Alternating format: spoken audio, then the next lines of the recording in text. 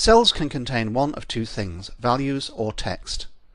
Values can be numbers, dates, or formulas. We'll be talking about formulas later in this session. Excel usually does a great job of recognizing when there are values in a cell and when there's text.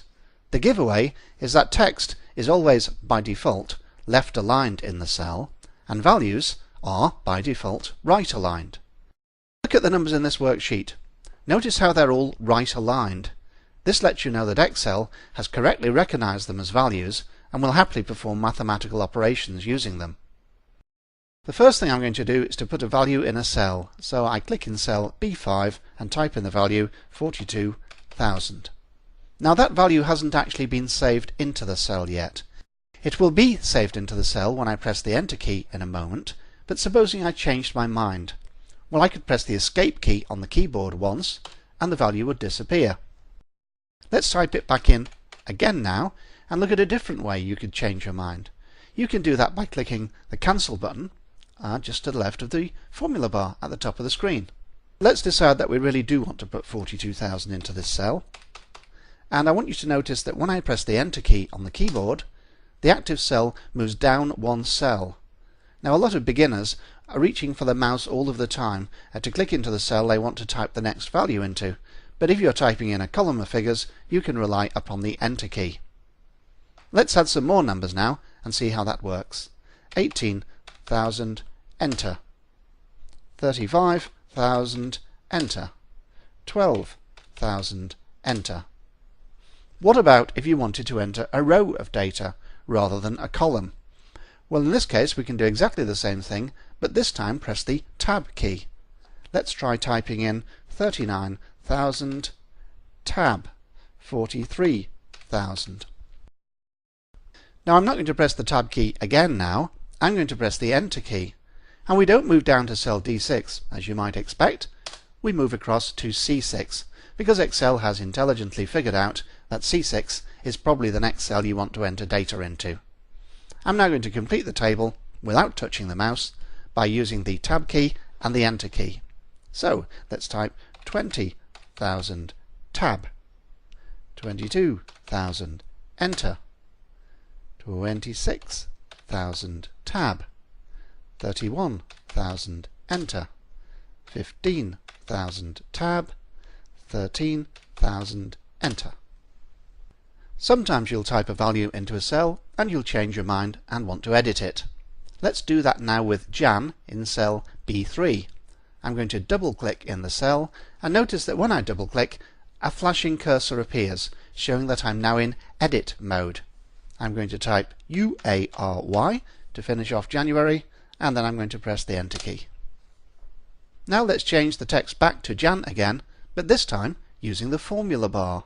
I'm going to click only once this time on cell B3, so you'll notice I don't go into edit mode, and notice that in the formula bar we have the contents of the cell January. So I'm clicking in the formula bar, pressing the backspace key 3 times, or even 4 times on my keyboard, and there I have Jan. I'm now going to press the Enter key to finish things off, and that's an alternative way of changing a value in a cell.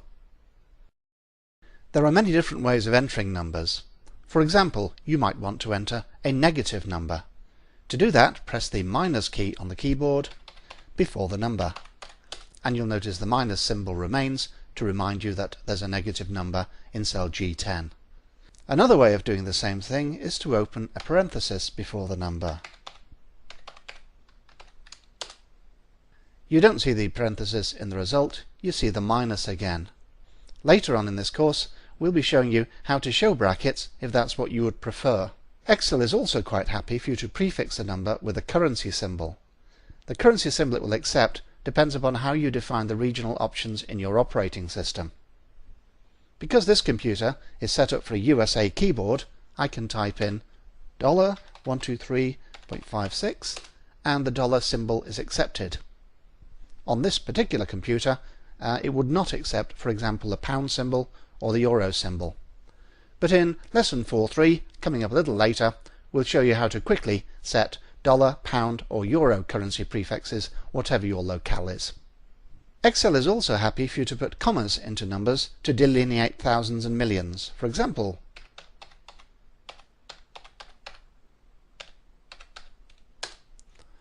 £1,234,567.89 reads much clearer with the commas.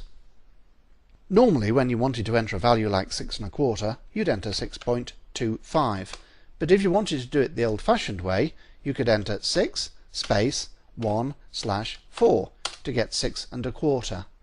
And if I now click on that cell to make it the active cell and look at the formula bar at the top of the screen, you can see that the actual value in the cell is 6.25. It's simply been formatted as 6 1/4.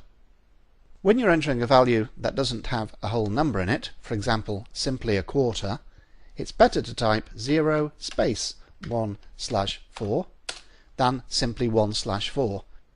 It will sometimes work if you just type 1/4, but if you do, Excel often will confuse this with a date. And now I'm going to get rid of those cell values because I don't need them anymore. And to do that, I will drag across the cells to select them and then press the delete key on the keyboard once. I'm now going to save this workbook by clicking the Office button at the top of the screen, Save As, and then Excel Workbook. And I'm not going to save this in the Session 2 folder, I'm going to save it in the Practice folder. And let's just add the number 2 to that, and save it as First Quarter Sales and Profit 2. Click the Save button, and we're finished.